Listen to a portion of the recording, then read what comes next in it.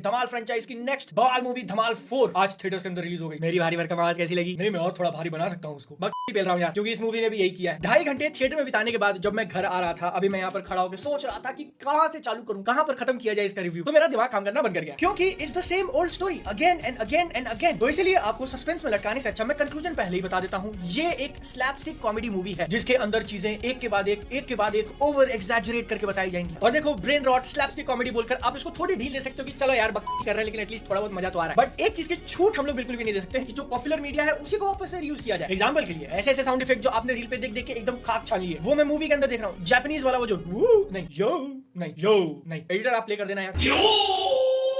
हाँ बिल्कुल यही वाला, इतनी बार बजाते हैं। पिक्चर के मेन थीम के लिए उन्होंने बेला चाव यूज किया है। तो बेटो आप सोच ही लो कि साउंड इफेक्ट और म्यूजिक में जब इतनी चीजें रिसाइकल करी हैं, तो पिक्चर के अंदर जो कॉमेडी है उसमें कितना किया होगा। पायरेट्स ऑफ द कैरिबियन से इतनी सारी चीजें उठाई, लाइक ठीक है भाई, जैक स्पैरो कौन मां का लाडला। और मामला है ओवरऑल धमाल 4 को लेके एक मैंडेटरी नोटिस देना पड़ेगा कि ये कॉमेडी मूवी काफी ज्यादा सब्जेक्टिव। मुझे जितनी थोड़ी बहुत अच्छी लगी, हो सकता है आपको बहुत ही घटिया लगे। There is a possibility and I feel कि ऑडियंस का एक अच्छा खासा सेक्शन है जिसको मूवी पसंद भी आई। वो कहते हैं ना कि मौत कभी भी किसी भी रूप में कहीं से भी कैसे भी आ सकती है। आज उसका नाम धमाल 4 है और मेरी लगभग आ ही चुकी थी। वेलकम, हाउसफुल 5, आदि पुरुष, गणपत, इनसे थोड़ी बहुत उम्मीदें तो थी कि एकदम ही घटिया पिक्चर बनाएंगे, लेकिन धमाल 4 तो मेरी लिस्ट में भी नहीं थी। मैं एकदम ब्लैंक स्लेट की तरह इस पिक्चर को देखने के लिए पहुंचा। आई एम टेलिंग यू भाई, I was not ready for it. मैं mentally nothing can actually prepare you for what is in the movie. Ravi Kishan का कैरेक्टर, जो कि एक सस्ता जैक स्पैरो के फॉर्म में दिखाया हुआ है, वो अपने काले मोती ब्लैक पर्ल के ऊपर खड़ा हुआ और अपने क्रू से पूछता है कि भाई वो आदमी कहाँ है, उसको पकड़ के मेरे सामने लेके। और यहाँ पर इन लोगों ने भाई क्या कॉमेडी कर दी यार, मैं बता नहीं सकता भाई, मैं दांत पीसते रह गया अपने। आई मीन आई एडमिट, हाँ कॉमेडी अच्छी है और तुमको हंसा भी देगी अगर तुम 2012 में जी रहे हो तो। हर एक सेकंड पे इन लोगों ने लाफ्टर वाले साउंड इफेक्ट डाले हुए हैं। कुछ समझ में नहीं आया तो चिड़ियाओं के चहचहाने की आवाज डाल दी भाई।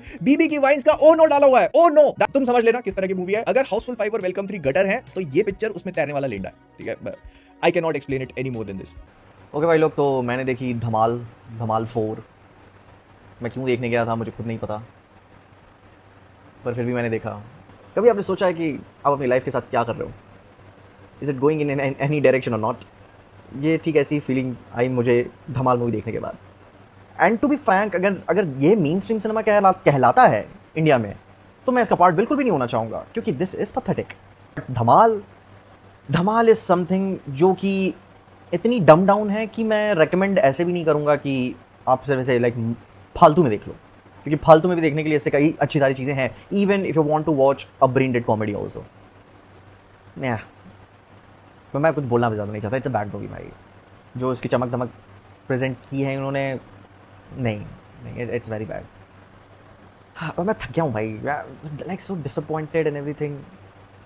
इस तरह फिल्में देख के मैं सोचा कि क्यों कर रहा हूँ मैं। 2026 के सबसे वर्स्ट प्रमोशन के साथ धमाल 4 थिएटर्स तक पहुंच गई है और पता नहीं कब तक टिकेगी। सबसे पहले तो उन खास लोगों की आंखों में आंखें डाल के ये बात क्लियर कर देती हूँ, अगर आप वेलकम टू द जंगल जैसी फिल्म को ट्रोल कर रहे थे, वो आपको बेकार लग रही थी, तो धमाल 4 के बारे में तो सोचना भी मत। एक नो ब्रेनर नॉनसेंस फिल्म है ये, सेम टू सेम वेलकम 3 के जैसी। बट फर्क ये है कि अक्षय कुमार स्टूपिड जोक्स पे भी आपको हंसा सकते हैं, बट धमाल 4 में जोक्स हैं कहाँ। गुड्डू को फुद्दू बोलना, मोटे इंसान के बैठने पे बाइक का उड़ना और अजय देवगन ने तो मछली की मां की आंख कर दी। ये मैं नहीं बोल रही हूँ, ये फिल्म का ऑफिशियल डायलॉग है। अगर इस पे लोग हंसते हैं तो आपको थिएटर नहीं स्कूल जाना चाहिए, वो भी नर्सरी में। 3 चीजें इस फिल्म की सबसे ज्यादा नकली हैं। पहली कॉमेडी, जो कॉमेडी की फर्स्ट कॉपी लगती है। दूसरा वीएफएक्स, बॉस इतना ज्यादा नकली स्क्रीन जैसे विंडो एक्सपी के पेंट में बनाया हो। और तीसरा तो हर बार मनी हाइस्ट का क्लासिक सॉन्ग बेला चाव का हिंदी वर्जन बना दिया। मतलब जोक्स तो छोड़ो, म्यूजिक भी ओरिजिनल नहीं है। कौन बोल रहा था अजय देवगन का इस फिल्म में सिर्फ कैमियो है, वो इस फिल्म के मेन हीरो नहीं है? चल झूठा। लेकिन ऐसा भी नहीं है, टोटल अजय देवगन की फिल्म है। सारे एक्टर्स को बराबर स्क्रीन टाइम मिला है, सबकी अपनी अपनी स्टोरी चल रही है। सबसे ज्यादा दिमाग में चुभने वाला एंगल है रितेश और उनकी मोटी बीवी का, जिनके वजन पे मैडम के साजन बार बार बचकाने जोक्स मारते हैं। ऐसी बातें जो आपको पता है गलत है, फिर भी हंसी आई जाती है। दूसरी तरफ ऐशा गुप्ता का लॉलीपॉप देकर अजय देवगन को इस बार बच्चे पकड़ा दिए हैं। कुछ वही मिलता जुलता कैरेक्टर। लेकिन सबसे फालतू है इस फिल्म का तीसरा हिस्सा, आदि मानव का लव ट्रायंगल, जिसमें भाभी की एंट्री हुई है और कॉमेडी का एग्जिट हो चुका है। कितना बड़ा चांस मिस किया मानव के कैरेक्टर से नॉस्टैल्जिया को हिट करने का।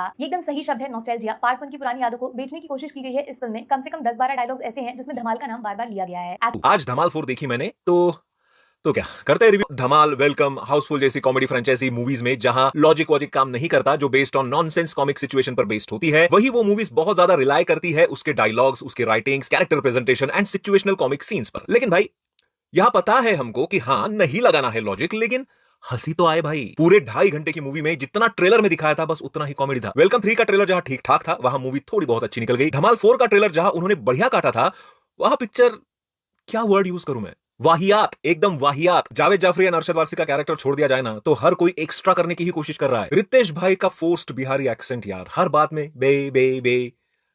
एक पॉइंट पे ना यार वो इरिटेटिंग लगने लग गया था। अजय देवगन भाई, क्या ही बोलूं मैं इनके बारे में, इनको निकालो पहले इस फ्रेंचाइजी से। वो गोलमाल में ही ठीक है, मैं नहीं बोलना चाहता था, पर दिस इज पैथेटिक कॉमेडी। मेरी तरफ से 1 स्टार। बाकी